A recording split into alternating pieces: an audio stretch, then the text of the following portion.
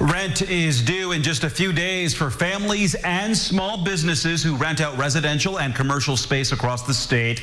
And since many Hoosiers and businesses are struggling to make ends meet right now, Governor Holcomb has extended the state's moratorium on evictions until June 30th. But after that, it's unclear what might happen to those who still owe rent money.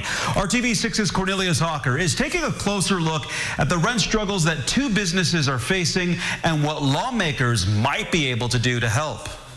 Two Muncie businesses, both trying to make ends meet during the pandemic. I need to, find out how am I going to make my rent. When we get there, we're going to get there. Queer Chocolatier's landlord was firm on rent.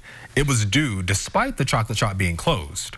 Morgan Roddy is the owner. My landlord was not open and accommodating in any way whatsoever. But Mark III Tap Room was given a break to try and figure things out. Natasha Martz is their owner. I feel very lucky.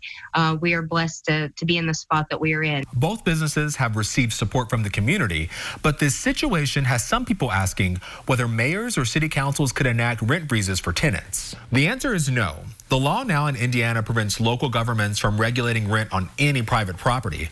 That must be done by the state's General Assembly. We have laws on the books that preempt local folks from making decisions. Senator J.D. Ford says this pandemic has shown he and his colleagues need to address this issue in next year's legislative session. We need to be doing everything we can to keep small businesses in their space. With Republicans holding the majority in both chambers, any legislation Senator Ford puts forth will need bipartisan support. Those friends on the other side of the aisle, they say that they're for small businesses, right? And so this is an opportunity for us to really come together to really show them that we are for small businesses. People are nervous and scared, not only about small businesses trying to stay in their space, but also private, regular citizens just trying to, stay in their apartment or stay in their home. We need to have tenant rights more strongly supported and a rental registry to know who is our absentee landlord. Morgan knows not much can get done until the next legislative session,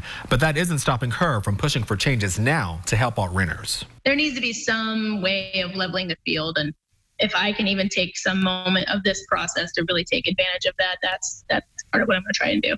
Working for you, Cornelius Hawker, WRTV. Well, Cornelius did reach out to state senators and representatives from both parties over the last 2 weeks, but Senator Ford was the only lawmaker who agreed to an interview. If you're worried about paying rent or your mortgage after the financial impact of the pandemic, there are ways to get help. HelloLender.org and HelloLandlord.org can help you generate formal letters for your landlord to let them know you're running into trouble. You can find additional resources to help make ends meet right now at our website, theindychannel.com/rebound.